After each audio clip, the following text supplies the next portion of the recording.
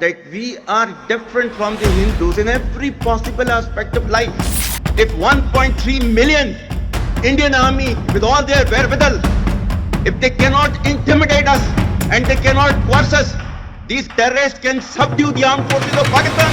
Our stance, government stance on Kashmir is absolutely clear. It was our jugular vein, it is our jugular vein. We will not forget it.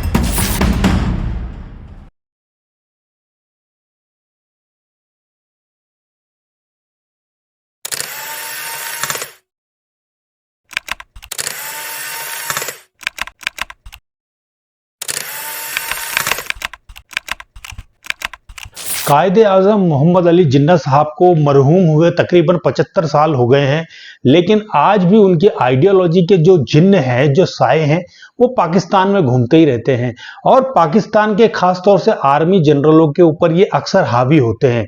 और हालिया ये वाकया हमें उस समय देखने को मिला जब पाकिस्तान के ओवरसीज सिटीजन्स के एक सम्मेलन में, एक सेमिनार में जो है पाकिस्तानी आर्मी के चीफ जो है असीम मुनीर साहब के ऊपर जो है ये साया बड़े खतरनाक तरीके से हमें देखने को मिला। इस ओवरसीज सेमिनार में मुनीर साहब बड़ी लंबी लंबी छोड़ रहे थे, बड़ी लंबी लंबी हाँक रहे थे ताकि पाकिस्तान के जो ओवरसीज नागरिक हैं उनको कुछ डॉलर दे दे, क्योंकि पाकिस्तान की हालत किस तरीके से खस्ता हाल है आप सभी को पता है। इसको ज्यादा बयान देने की या इसको ज्यादा बढ़ा चढ़ाकर बताने की जरूरत नहीं है कि पाकिस्तान किन हालातों से गुजर रहा है। तो ऐसी स्थिति में कहीं से भी जब डॉलर नहीं मिल रहे हैं, ना ही कहीं से कहीं कर्जा मिल रहा है, तो ऐसी स्थिति में पाकिस्तान की मजबूरी बन जाती है कि जो पाकिस्तानी बाहर कहीं रह रहे हैं उनसे थोड़ी बहुत आर्थिक मदद ले ली जाए और उनके सामने एक बड़ी बड़ी शानदार पिक्चर, एक रोजी पिक्चर पाकिस्तान की पेश की जाए ताकि वो कुछ इन्वेस्टमेंट पाकिस्तान में ले आए। तो ऐसा ही एक कोशिश मुनीर साहब करते हुए इस सेमिनार में हमको नजर आए। Our sentiments and emotions for you, they're even stronger. You're not only the investors of Pakistan, you're of course the warriors, the soldiers of Pakistan. You are the light of Pakistan, which shines onto many countries of the globe. And the way that you are contributing for your country in the form of the remittances, investments through multiple channels, that show that how much of love that you have for your country. इस seminar में मुनीर साहब जो है पाकिस्तान में brain drain की बात कर रहे हैं। अब पाकिस्तान में भी ब्रेन ड्रेन होता है भाई, ये हमको पहली बार सुनने को मिला था। हाँ, हमने ब्रेड ड्रेन के बारे में जरूर सुना था कि पाकिस्तान में हो रहा है, लेकिन ये ब्रेन डेड वाला जो मसला है ये हमको पहली बार मुनीर साहब के मुखमंडल से ही सुनने को मिला है। तो होता होगा शायद, लेकिन ब्रेन ड्रेन पाकिस्तान से में होता है भाई, बढ़िया अच्छी बात है, होता हुआ। कहा जाता है कि there's a brain drain which is taking place in Pakistan. Oh, come on, is it just the brain drain? Is it not the brain gain which has taken place? That we have sent such fantastic ambassadors abroad that you are representing our country in every nook and corner of the world. Is this the brain drain? And if this is the brain drain, then we would like to continue with this brain drain for an indefinite period of time. Munir साहब पाकिस्तान की वीर गाथाएं नई पीढ़ी को सुनाने की बात करते हैं। अरे भाई, कौन सी वीर गाथा सुनाओगे? भारत से हार की वीर गाथा सुनाओगे?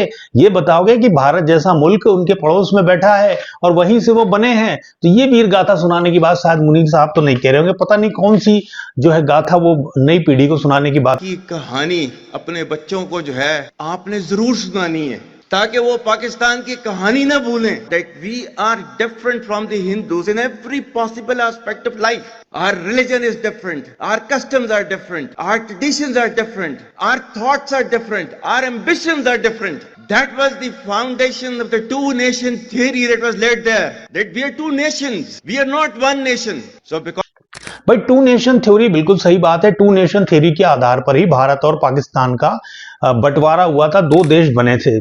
और ये आइडियोलॉजी जो है दुनिया को पता है। और टू नेशन तो ठीक है, पर अपने यहाँ पाकिस्तान में देख लो आप, कितने सारे नेशन बनने जा रहे हैं। वो बलूचिस्तान पूरी की पूरी ट्रेन उठाकर ले गए, आपसे कुछ हो नहीं पाया। और दूसरी बात जो है कि पाक अधिकृत कश्मीर जो कि आपने कब्जा कर रखा है, उसमें भी लोग जो हैं अब आपसे बेझिल हो चुके हैं और वो भी चाहते हैं कि आप उनको आजाद कर दें। तो ये देखिए कि आप कितने सारे नेशंस पाकिस्तान में बन सकते हैं। तो संभावनाओं को जरा अपने गिरेबान में झांक कर देखिए। टू नेशन थ्योरी को भूल जाइए, ये बात 70-80 साल पुरानी हो गई है। है। अपने यहाँ देखिए कितने nation Please don't forget the story of Pakistan. And don't forget to narrate the story of Pakistan to your next generation so that their bond with Pakistan, it never weakens. भाई कौन सी स्टोरी का narration बताओगे अगली पीढ़ी को? कुछ हो तो हो बताए भाई। बलूच पूरी ट्रेन उठा के ले गए, तुमसे कुछ ना हुआ। और बलूचिस्तान जो है, जो कि पाकिस्तान की डेस्टिनी है, ठीक है, जो कि पाकिस्तान के माथे का झूमर है, तुम 1500 बंदे कहोगे कि जी हम इसको ले जाएंगे, तुम्हारी अगली 10 नस्लें भी नहीं लेके जा सकती। Inshallah, you will see that we will beat the hell of these terrorists very soon. Balochistan, you think this 1500 people belonging to BLA and BLF and BRA, etc., can take away Balochistan from us? If 1.3 million Indian army with all their wherewithal, if they cannot intimidate us and they cannot coerce us, these terrorists can subdue the armed forces of Pakistan. तुम्हारे सैनिक बलूचिस्तान में घुसते डरते हैं और तुम बात करते हो इंडियन आर्मी से पंगा लेने की कि इंडियन आर्मी 1.3 मिलियन है, उससे हम डरते नहीं है। अरे भाई, जिस दिन इंडियन आर्मी ने यह सोच लिया कि पाकिस्तान की तरफ देखना है या पाकिस्तान के बारे में कुछ करना है, तो उसी दिन तुम सोचते रह जाओगे। इंडियन आर्मी के बारे में सोचना ख्वाबों और ख्यालों में बंद कर दो, ये तुम्हारे बस की बात नहीं है। और पाकिस्तान, सुन लीजिए, इंडियन आर्मी से डरना बेहद जरूरी है, क्योंकि जिस दिन इंडियन आर्मी ने कुछ सोच लिया, तुम लोग सोचने लायक नहीं रहोगे। So don't talk rubbish, stop making fool to this overseas citizen of Pakistan. Pakistan needs to be a hard state, a country whose all institutions, whose all departments, organizations, divisions, allied departments, they are working as per the law, they are fully operational, and everything is being done as per the constitution, is a hard state. और कौन से constitution और law की बात करते हो भाई? पाकिस्तान में एक ही कॉन्स्टिट्यूशन है, एक ही लॉ चलता है, और वो है आर्मी का लॉ। आर्मी जो बोलेगी वही कॉन्स्टिट्यूशन है, आर्मी जो करेगी वही एग्जीक्यूटिव पावर्स हैं, और आर्मी जो कहेगी वही लॉ है। तो ये फालतू की बात करना जो है, फॉरेन जो सिटीजन्स हैं आपके, जो बाहर इधर उधर रह रहे हैं, उनके सामने इस तरह की बातें करके अपने आपके जो सारे पाप कर्म है उनको ढांकने की कोशिश मत कीजिए। सारी दुनिया जानती है कि पाकिस्तान में किस तरह का कॉन्स्टिट्यूशन है और किस तरह का लॉ चलता है।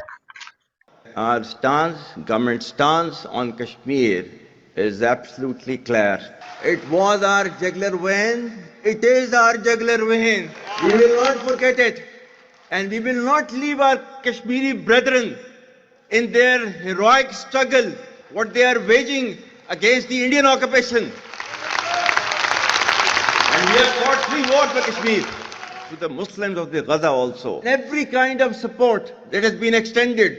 And it is Pakistan, in the strongest possible words have been used by Pakistan for the Muslims of the Gaza and Palestine.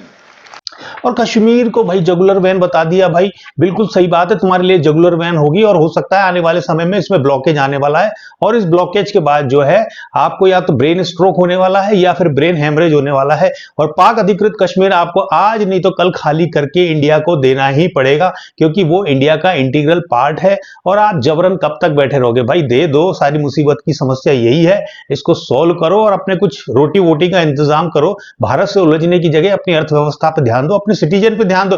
भैया आज भी तुम्हारे यहाँ डीजल इंजन की ट्रेनें चल रही हैं, भाई देख लो थोड़ा बहुत। इंडिया से मुकाबला करने से पहले जरा अपने गिरेबान में झांक के देख लो कि तुम कहां और हम कहां। और उम्मीद करता हूं कि पाकिस्तान के इस बड़बोलेपन को जो है आप ज्यादा सीरियसली नहीं लेंगे।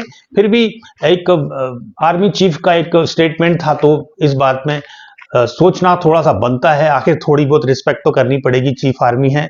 तो इसीलिए हमने ये वीडियो बनाया और आपको इस तरह से समझाने की कोशिश करें कि देखिए पाकिस्तान की आइडियोलॉजी चाहे कितने साल गुजर जाएं वही रहने वाली है, और जो मुसीबत, जो समस्या उनके दिमाग में खुराफात बन के बैठी हुई है, भाई उसका कोई भी समय के साथ हल होना मुझे संभव नजर नहीं आता। आजकल क्या है कि पाकिस्तान के हालात थोड़े खस्ता हो गए, तो आतंकवादियों को थोड़ा सा समर्थन देना, कुछ पैसे धेले देना, हथियार देना थोड़ा सा कम हो गया है। दूसरी बात यह है कि इंडिया में मोदी जी की सरकार है, तो ऐसी स्थिति में पंगा लेना पाकिस्तान के लिए वैसे ही बड़ा मुश्किल काम है।